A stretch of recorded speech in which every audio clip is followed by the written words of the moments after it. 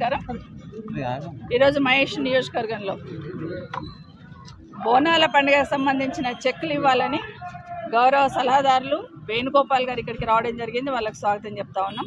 కానీ వస్తున్నప్పుడు ప్రోటోకాల్ పాటించాల్సిన బాధ్యత కూడా ఉంటుంది. ఇక్కడ శాసనసభ్యులను పక్కన పెట్టి శాసనసభ్యులతో పాటు ఓడిపోయిన వాళ్ళని కూడా స్టేజ్ మీద కూర్చోబెట్టి చెక్కులు ఇస్తామంటే ఇది భావ్యం అనిపించుకోదు. ప్రభుత్వ కార్యక్రమాలు ప్రోటోకాల్ ప్రకారం జరగాలనేది మనమే ఒక చట్టం చేసుకున్నాం. లేదు అక్కర్లేదు, ఓడిపోయిన వాళ్ళే మాకు ప్రధానంగా, రాజకీయాలే మాకు ముఖ్యం కాబట్టి ఓడిపోయిన వాళ్ళతో మేము కార్యక్రమాలు చేపిస్తామని అసెంబ్లీలో చట్టాన్ని మార్చి ఓడిపోయిన వాళ్ళని స్టేజ్ మీద కూర్చోబెట్టి మీరు కార్యక్రమాలు చేసుకోండి. అప్పుడు ప్రజలు సమాధానం చెప్పారు. ఇలాంటి పార్టీ పరంగా అన్ని కార్యక్రమాలు చేస్తా ఉన్నారు. ఇప్పటికైనా గౌరవ స్పీకర్ గారు దయచేసి ఆలోచించండి. ప్రతిపక్ష ఎమ్మెల్యేలు ఉన్న ప్రతి దగ్గర ప్రోటోకాల్కి విరుద్ధంగా కార్యక్రమాలు జరుగుతూ ఉన్నాయి. దయచేసి మీరైనా దీన్ని కట్టడి చేయండి. ఈరోజు ముఖ్యమంత్రి గారు కూడా మరొకసారి విజ్ఞప్తి చేస్తూ ఉన్నాం. మీరు ఎమ్మెల్యేగా ఎట్లయితే గెలిచి వచ్చినారో మేము ఎమ్మెల్యేగా గెలిచి వచ్చినాం. మీరు ఎట్లయితే ప్రజల ఓట్లతో గెలిచి వచ్చినారో మేము ప్రజల ఓట్లతోనే గెలిచి వచ్చినాం. మరి ఇక్కడ ఓడిపోయిన వాళ్ళని స్టేజ్ మీద కూర్చోబెడితే మీ నియోజకవర్గంలో మీరు కూడా ఓడిపోయినా స్టేజ్ మీద కూర్చోబెట్టుకోండి. అట్లా పాలన చేయండి.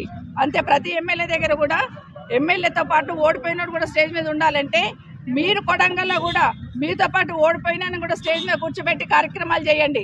అట్లా చట్టాన్ని తీసుకురండి. లేదంటే పర్యవేక్షించండి. భవిష్యత్తులో ఇలా జరగకుండా ప్రజలకు అందాల్సిన సామరస్యంగా అందేటట్టు. ప్రజలేం అమాయకులు గారు. ప్రజలకు ఏం చేస్తున్నారు, ఎవరు తీసుకొచ్చారు అన్నీ తెలుసు. ఈరోజు బోనాలకి చెక్కులు ఇవ్వాలి, ప్రభుత్వం నుండి నిధులు ఇవ్వాలని శ్రీకారం చుట్టిందే కేసీఆర్ గారు. ఈరోజు వచ్చి మీరు చెప్పినంత మాత్రాన ఆ రోజు బీజం కేసీఆర్ వేశారు కాబట్టి ఈరోజు బోనాల చెక్కులు ఇస్తూ ఉన్నారు. ఆ రోజు బీజం కేసీఆర్ గారు వేశారు కాబట్టి రైతు బంధు లాంటి కార్యక్రమాలు చేస్తూ ఉన్నాం. ఆ రోజు బీజం కేసీఆర్ వేశారు కాబట్టి కళ్యాణ లక్ష్మి లాంటి కార్యక్రమాలు కంటిన్యూ చేస్తూ ఉన్నారు. కానీ అది గుర్తుపెట్టుకోండి.